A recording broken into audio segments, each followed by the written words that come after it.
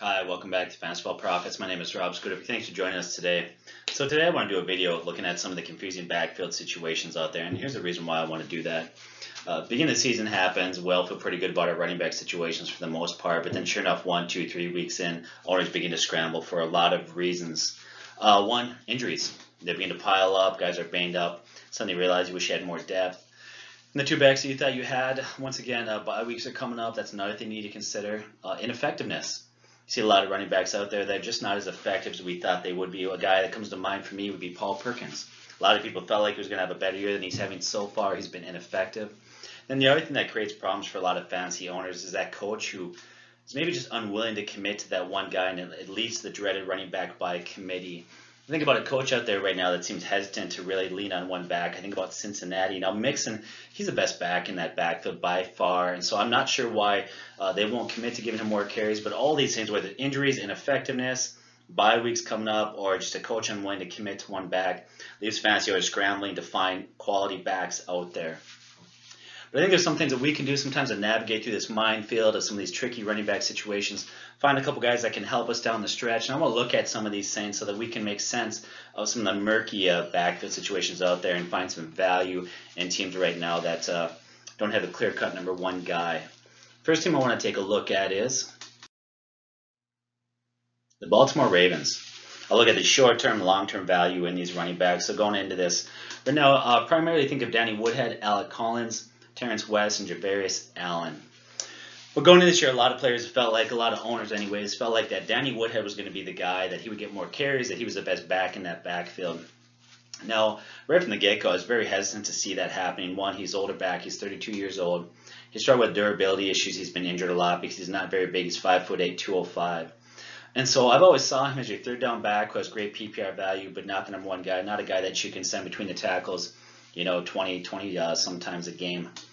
And so when he does come back from his injury, don't expect him to go back and start getting 20 carries a game and becoming your lead guy. When he does come back, he's going to be a third down back, change of pace back. Once again, they're going to limit his carries, going to limit his touches because of his age, durability, other issues. So Danny Woodhead won't be your guy in the future. Don't wait for him to come back thinking he's going to save your team. He won't.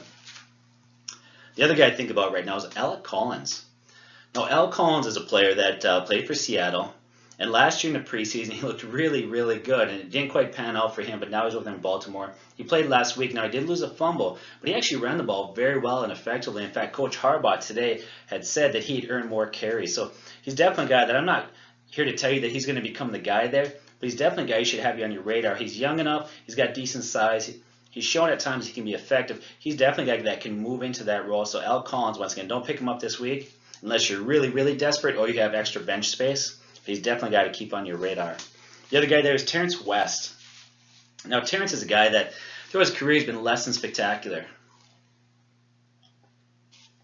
In fact, his career yards per carry are 3.9. And so in football terms, in baseball, you get your Mendoza line. Well, in football terms, that's kind of 4.0. Anything below that's not great. Anything above that's decent. 3.9 is kind of below that line there of what we call consider or quality back in terms of yards per carry.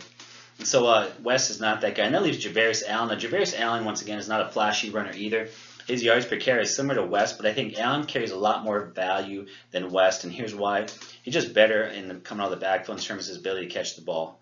Okay, he's a guy that's shown time and time again that he's got good hands, and he's very effective in the passing game, so that gives him value. In fact, last game, not just in the passing game, but he had 66 yards per carry of 4.7. He also had 5 catches for 35 yards. So when we take a look at all that, you look at Woodhead, Collins, West, Allen. Here's what I think. Right now, your value is Allen. Long term, it could be in Collins. Okay. If we look ahead to next year, is there any dynasty value? Well, none of these guys really strike me long term, at least not now. Maybe Kenneth Dixon. He's a guy going to this year. He looked decent last year, but he's had 2 suspensions this year. 1 for 2 games, 1 for 4 for substance abuse. So at 6 games, he will serve that suspension this season, so he won't have that over his head. Although it does make you wonder about character issues. And then, of course, he's out for the year with injury. So once again, we look at Baltimore. Your value right now is in Allen. Long-term, it could be in Collins. Nothing great here because even Allen's not good enough to become the every down back. But he could certainly have some value for you from week to week if you need somebody to plug in there. So here we go. We look at the New England situation, and I think a number of backs there. Names, think about Rex Burkhead, Dion Lewis, James White, Mike Gillislee. So as a fantasy, is there value for us in the New England backfield? This is really difficult. For years, it's been really hard to pin down Bill Belichick. For years, it's been hard to find that one back that you could trust to be kind of your go-to guy. In fact, the last guy that really strikes me is that guy that was going to get the ball, that could become a great running back for you in your fantasy team, was Corey Dillon. That was many, many years ago. Is there anybody right now that has value? Of course, they have some value, but I think they all have limited value. The guy that strikes me right now, probably is the most dependable, has the best value, is Mike Gillislee. Now, Mike Gillislee was brought in this year, and he really seems to be kind of filling in that role with LeGarrette Blount last year. Now, LeGarrette Blount, Blount was a guy that got a lot of the carries. Okay, he would get 20, 25 carries per game, a lot between the tackles. He'd pound the ball. He was a physical back, and he'd get the yards on the goal line. Last year, he ended up with 18 touchdowns, and I think that's primarily because his offense is potent. And so Mike Gillislee seems to be filling Blunt's role this year. He's not going to get you great yardage totals, but he's going to run between the tackles. He's going to be physical. He's going to get you the touchdowns. So he's a guy that I think that's his role. Nobody else is going to take that from him. If he's healthy, he's going to become that workhorse. As far as the other backs go, you look at White, Rex, Dion Lewis. Now, all three of those backs are very similar in the fact they all have great hands. They're great in the passing game, and they can all contribute as far as their PPR value. The problem with it is that Bill seems hesitant to ever go with any one of those guys. Now, last game White just played, he looked very effective. I think he ended up with 8 catches, a ton of yardage. But part of that was because Rex had gotten hurt. Before that, Rex had 3 catches, touchdowns, so he was looking effective. Once again, Bill Belichick is just hard to pin down. He's a guy that's hard to make sense of. You know, a couple years ago, we had a guy named Jonas Gray, had 200 yards rushing, 4 TDs, looked very, very good. A few weeks later, Bill cut him. So once again, he's unpredictable. These 3 players are very similar in their style of play. Therefore, none of these is really safe to go with at this point. Your safest pick is Mike Gillislee. The other guys, if you're desperate, you get spot starts. The one thing that could make this situation a little bit better is injuries. Once again, you got White, Lewis, and you've got Burkhead.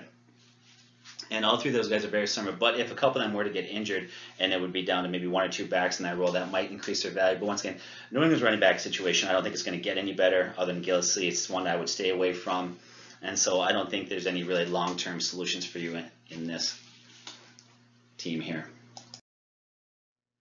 What about the Seattle Seahawks? Okay, so basically you have 4 names that pop out there. You got Chris Carson, Thomas Rawls, Eddie Lacy, and CJ Procise. And so are any of these guys, could they be the answer for you? Well, let's look at Eddie Lacy. Eddie Lacy, when he first came in the league, was a physical back. He ran hard, physical. He was a very effective back the first 2 years, but every year since, his yards per carry, his totals went down. He's really struggled. Now, this year coming in, a lot of people said he looked slow. He'd lost weight, but he just lost the explosiveness. Well, the first game he ran and he played, he started. He was very, very ineffective.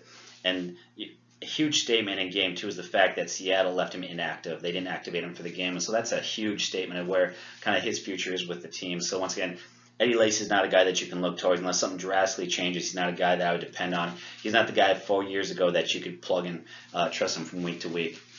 So let's look at Thomas Rawls. Now, a lot of people thought, okay, 2 years ago, this guy was phenomenal. He was lights out. He had a yards per carry of 5.6. This guy looked like he's the man. Well, last year, his yards per carry dropped all the way 3.2.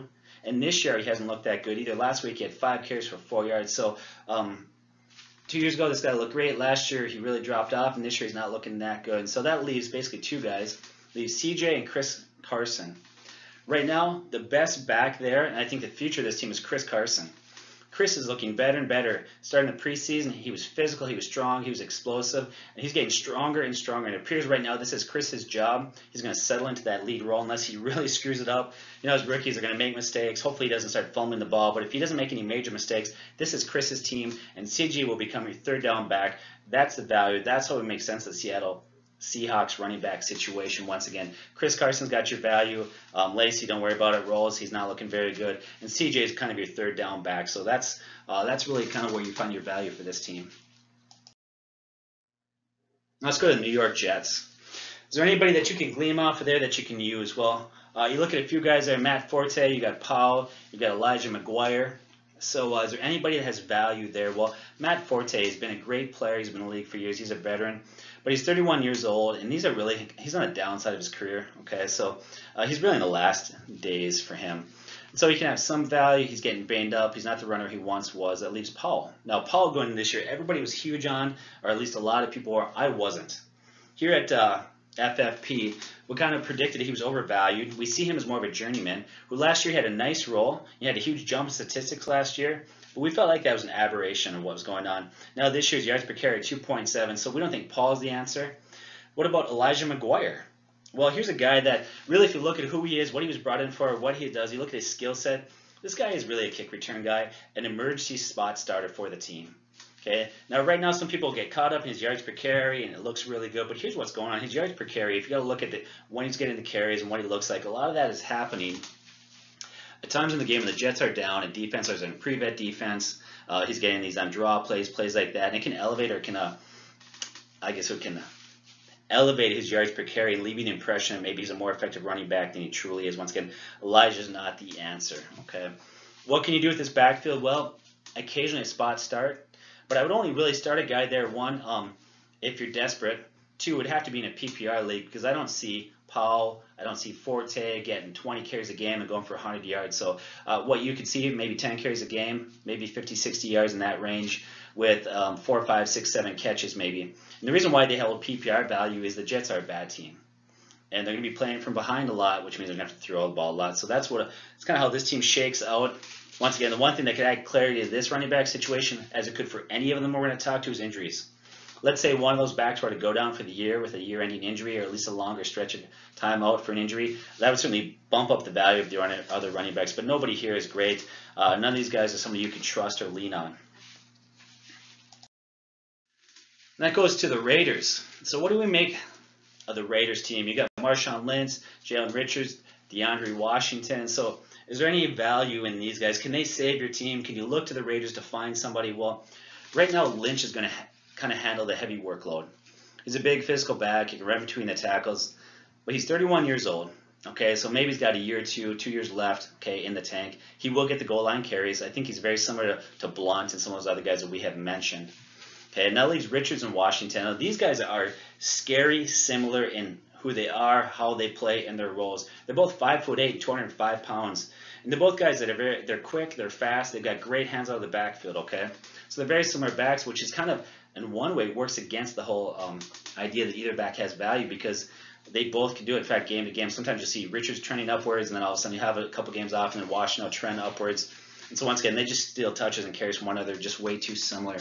In fact, they're so similar that neither one separate himself from the other.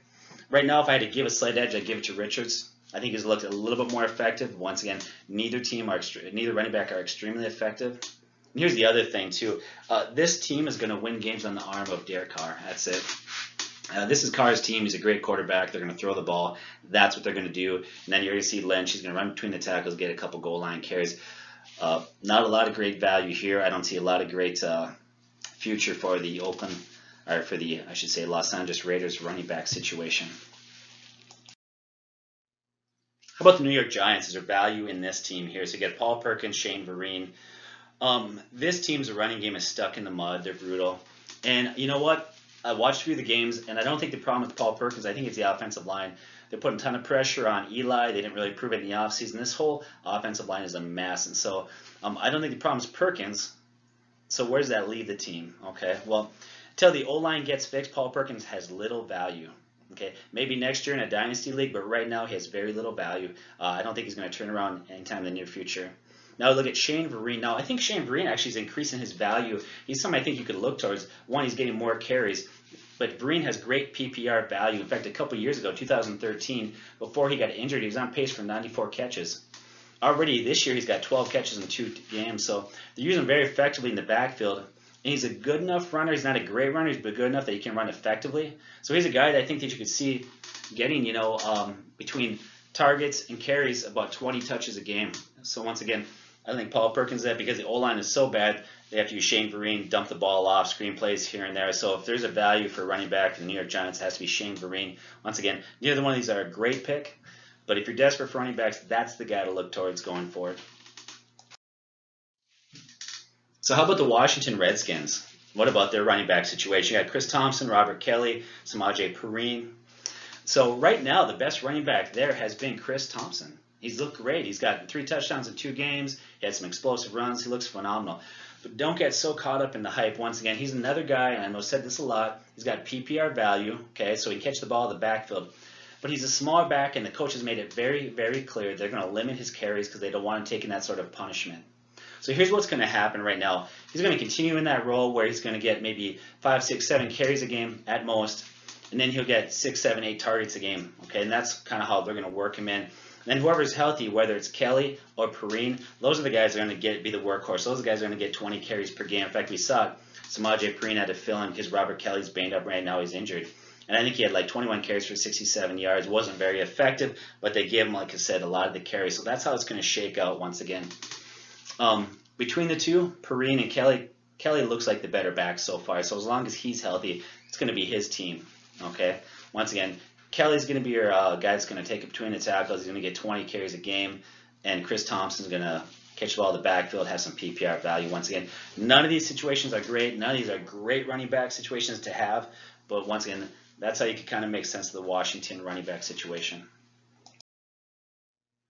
How about the Philadelphia Eagles? You got Sproles, Smallwood, Blunt. So is there any guys here that we can look towards that have value? And honestly, okay, so let's take a look at Sproles. Okay, Sproles is 34 years old, and running back age, that's H, and the guy might as well be 80 years old. One, Sproles is very small. He's fun to watch. He's quick. But once again, he's another back that's not going to get a lot of carries. Even though right now he's been their most effective back, he's still not going to take up that role. Now, what's confusing for me is they brought Blunt in to be their workhorse, right, to get a lot of carries. But so far he hasn't gotten a lot of carries. He's been fairly ineffective. Now, the coach has said that game flow has dictated Blunt's play. Okay, and it seems to indicate from the coach's conversation that he's going to get more carries in the future. Okay, I hope that's the case, but what I'm starting to see, a trend that seems to be coming out of Philadelphia, they're reminding me a lot of Aaron Rodgers in Tampa Bay. I think the coach are content throwing the ball 35, 40 times a game with just a handful of carries. If that's the case, that doesn't really bring a lot of value to any one of these running backs. Now, once again, you can't give up on a guy like Blunt because potentially could have a lot of value. But once again, it's starting to look more and more like a situation like all three of those backs will get a few carries here and there, but none of them are rising to the surface as being the guy. And so once again, right now, I really won't look to Philadelphia for a long-term answer. It just doesn't look like it's in the cards for any one of them. How about the Cincinnati Bengals? You got Hill, Bernard, Mixon. Here's another team that's struggling to run the ball. They don't look great. But if you're going to look at the three backs, who's looked the best so far of those three? By far, it's Mixon. He's the best back, okay? Now, what I don't understand is why the team is tentative to unleash Mixon. He should be getting 20, 25 carries a game. He is your guy. But here's what's going to happen. This team is not good. This is a team that Lewis is not going to make a pass this year. He's going to lose his job, get fired, whether it's midseason or it's at the end of the year. He won't be around. This team is rebuilding, which means they're going to rebuild around their younger players in the future of that team. And the future of this team is Joe Mixon. So, once again, here's what I would do. Mixon is your guy. And I think as the year goes on, he's going to get more and more touches. He's going to get more and more looks. He's going to be in the field for more and more plays. So once again, don't look to Hill. Don't look to Bernard. So long-term, Mixon become your lead back with Bernard being your third down back, catching the ball in the backfield. That's the way this is going to shake out once again. Mixon's your guy. Don't worry about Hill. There's no value there. And even Bernard doesn't have a lot of value. He'll be somebody who'll just relieve him at times. So how do we make sense of the Tennessee running back field right now? Well, a lot of people thought that maybe Murray had one more year left in him and that Henry was going to have to kind of just be a situational or spot player or a guy coming off the bench. But it seems like that changing of the guard has happened this year. Right now, Murray's been beat up. He's been very ineffective. His yards per carry are 3.3. Henry's been phenomenal. I think his yards per carry sit around 5.8, 5.9. He's running physical hard. He's looking every bit the stud and workhorse of this team. Right now, Henry is the guy. The future is now. Now, Murray's value will be reduced to being, because Murray still has good hands. He's still a veteran. He still knows the game. He still brings some value. So he's going to get some touches. He'll still occasional touchdown. He'll catch the ball in the backfield. But once again, this is Henry's team. So once again, don't look to Murray to come back. Don't look for Murray to get healthy and take that the number one job back. This is Henry's team from this point moving forward. How about the Detroit Lions? You got Amar Abdullah, you got Riddick, Zenner, Washington. So is there any value in any of these guys here? Well, like of all the teams that we have talked about today, it's another running back situation that's murky, ugly, and none of these guys, to me, instill a lot of confidence. So I hope that I don't have to lean on a player like them. But if you do, and you're desperate, I think they want Amir to take the reins. I think they really hope that Abdullah will become their guy. But I have concerns. One, he's a smaller back at 205. He's been injured a lot. I don't think he can take that pounding, okay? Now, week 1, he didn't look very good. Now, last week, he had a good game. His yards per carry, 5.1 for the game. He was explosive. He had some nice runs. But really, it was one run that really kind of gave him a good game. He had one run that I think was like a 45-yard run. Take that away, he didn't look that spectacular. So that I just don't expect him, by the way, to stay healthy for a full year. So that leaves Zenner in Washington. And Zenner and Washington, other guys, they're really journeyman situational players. None of those guys is the answer for the team. Really, probably the best back here is going to be Riddick. And he's another guy, like so many of the guys that we have mentioned, that his value is not in being your workhorse. His value is not going to be the number one guy. His value is catching the ball in the backfield. So, once again, not a lot of confidence here. Once again, I could be wrong. Amir could stay healthy. He could break out, become great. Once again, he's flash. He's explosive. But I just don't see that he can take the pounding. I don't think he can handle that physical part of it. This offense is going to be ran through Matthew Stafford and Riddick. So there's your value. Look to Riddick if you're looking for somebody on this team here. What about the Arizona Cardinals? Now, this one's pretty clear. When he's healthy, this is David Johnson's team. He's the future. He's a great back. He's top 3. But David's going to be out for about 8 or 9 more weeks. And so what value do you have? Going this week, a lot of people thought maybe Williams or Ellington would be it. As soon as David Johnson got hurt, we had put out an article that said that we had felt like the Cardinals were going to sign Chris Johnson. And then after he was brought in the second week, that he'd get a majority of the carries. Well, sure enough, they signed Chris Johnson.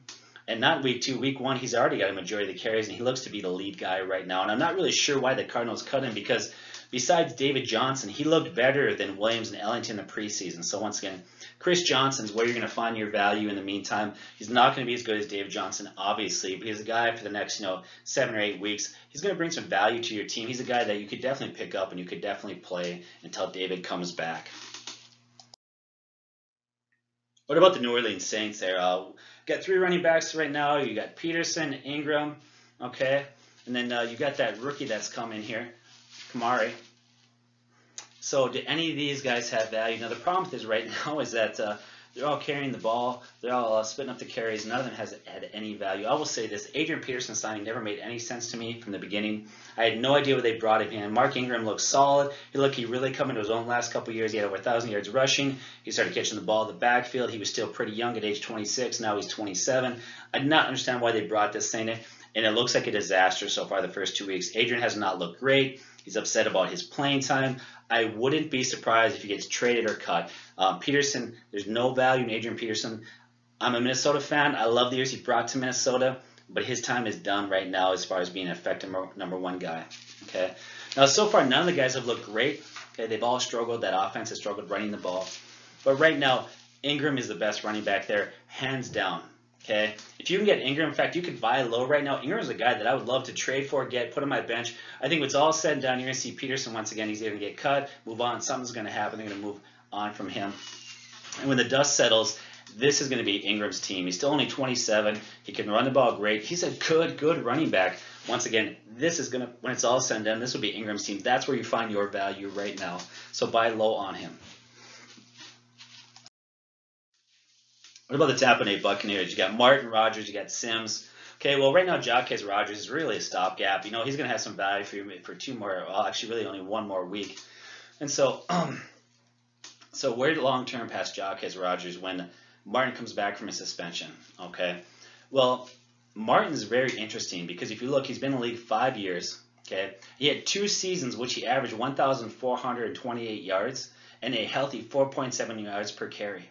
But he had 3 seasons where he was averaging 475 yards and a wolf with 3.39 yards per carry. So we've had this kind of Dr. Jekyll and Mr. Hyde in terms of where he's at. So which one's the real Doug Martin? What are we going to see? So that's hard to tell. But so far in the preseason, he's looked pretty good. All reports are that when he comes back from suspension, he's going to become the guy. So once again, you can use Jacquez Rodgers for next week or 2. Stash Doug Martin until he comes back from suspension. And the other guy on that team is Peyton Barber. Peyton Barber is a guy that I don't see getting the bulk of the carries. I don't see becoming the guy, but there are a couple things he does have going for him. One, he's still pretty young, and his yards per carry haven't been bad. 1 year is 4.1, the other year is 4.7. So he's a guy that maybe could move into that role, but for whatever reason, Tampa Bay doesn't seem comfortable moving him into that role. And so once again, really, if there's any long-term value for this team, it's going to be Martin. Once again, Doug Martin, pick him up. put him on your team or your bench, stash him, see how he does when he comes back from his suspension. Then with Chicago Bears. So Chicago Bears, what's going on there? Well, coming this year, Jordan Howard was going to be the guy. Well, week 1, he didn't look that effective. This guy named Tariq Cohen came in, and he was extremely effective. People were very, very excited about him. He was number 1 in the waiver wire pickups going in from week 1 to week 2. But what we said, and I still stick to this, is he's not the long-term answer for Chicago. He's too small. He comes in about 176 pounds. That's 50 pounds lighter than Howard. So this guy's not going to become your every down back. He is a running back that's explosive, fast. They're going to mix him in the offense or line up at wide receiver. They're going to toss him the ball a lot. He's going to get a lot of catches, things like that. But he's not going to get 20 carries a game. So the way this is going to shake out is when Jordan Howard is healthy, he's going to become your guy that's going to get a bulk of the carries. Tariq is a guy that they'll move in, once again, 5-8 carries per game. Maybe he'll get 5, 6, 7 pass game targets per game. So once again, that's how it's going to shake out. Don't look for Tariq to be your long-term value. He's not going to do it. He's not physical enough to be able to handle that punishment the NFL gives. So that's how this is going to shake out. Now, Howard's hurt for a while. He has a banged-up shoulder. In this week, he was reported after last week's game, actually, his arm was in a sling. Today, he said he was questionable, that he was at practice, but he had limited participation. So once again, we'll see. If Howard's out, you might see a little uptick in his carries for Tariq. But once again, he's not going to become the every down back. Once again, he's a gadget player. He's quick. He's definitely somebody useful in a PPR league, but he's not the long-term answer. It's really going to be Howard when it's all said and done. So you could stash and be patient. What about the Houston Texans? And so they signed Lamar Miller for a long-term deal. He was brought in here. Now, everybody questioned why Miami didn't use Miller more. Why didn't he get more carries? And why didn't he get more touches? His yards per carry are great. He seemed to be a versatile back. He catches the ball in the backfield. But for whatever reason, Miami was hesitant. So they let them go via free agent, free agency. Now he's brought in Lamar Miller, and Lamar Miller is not looking nearly as good as we thought he would. His yards per carry are down. He's not as effective as we thought he would be. And it makes you wonder if Miami saw things that we didn't see, that other teams didn't see. Things in practice, things about his durability, things that question how many carries, how many touches he could see. And so once again, Lamar Miller's coming in. I'm not saying he's going to get cut. He's still fairly young. He still brings a lot of value, but he's not the back that we thought. Another guy maybe to keep your eye on out there is the Santa Foreman.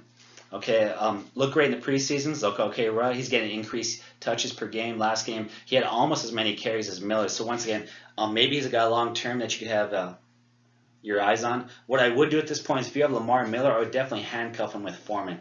Once again, that is the Houston running back situation. So if you're someone out there who's scrambling for a good running back, you're not alone. It happens all the time. Running backs are so hard to come by. It's so hard to find that fill-in.